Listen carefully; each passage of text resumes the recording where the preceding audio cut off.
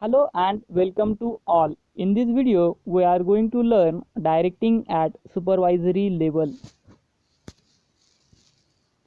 Directing consists of process or technique by which instruction can be issued and operations can be carried out as originally planned.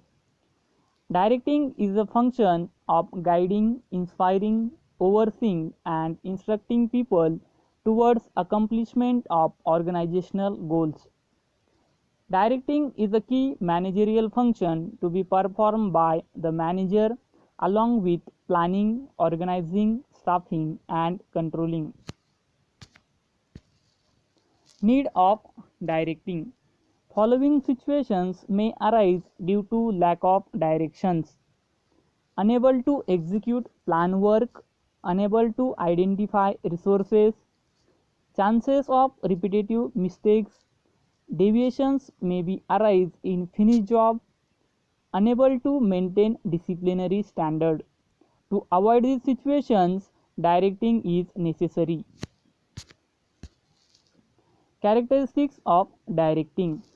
Characteristics of directing are: it ensures maximum contribution of individual, it coordinates group efforts, it provides stability, it provides balance in organization, it helps to achieve the objectives of organization. Importance of directing. Directing is important because it initiates the action, it integrates employee efforts, it motivates the subordinates, it facilitates implementing changes, it creates balance in the organization. Principles of directing. There are 5 principles of directing: harmony of objectives, unity of command, direct supervision, effective communication, and follow up. First principle is harmony of objectives.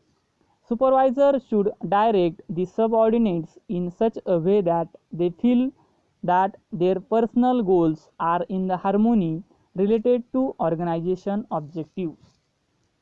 Second principle of directing is unity of command. One person should be accountable to only one boss. That is, one person should receive orders from only one superior. Third principle of directing is direct supervision. Every supervisor must maintain the direct personal contact with his subordinates. Fourth principle of directing is effective communication. Communication is the instrument of direction. Supervisor gives orders through the communication only. So effective communication provides for free flow of ideas, information, suggestions, complaints and grievances. Fifth principle of directing is follow up. A supervisor has not only to issue orders and instructions but also to follow up the performance so as to ensure that work is being performed as desired. Elements of directing. There are 4 elements of directing: supervision, motivation, leadership, and communications. First element is supervision. Supervision implies overseeing the work of subordinates by their superiors. It is the act of watching and directing work and workers. Second element of directing is motivation. Motivation encourages the employees to give their best.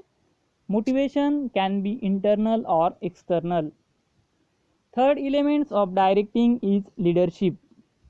Leadership is a process by which manager guides and influences the work of subordinates in desired direction.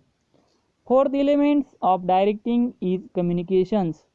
Communication is the process of passing information, experience, opinion from one person to another. It is a bridge of understanding. I hope all of you understood directing at supervisory level. Thank you.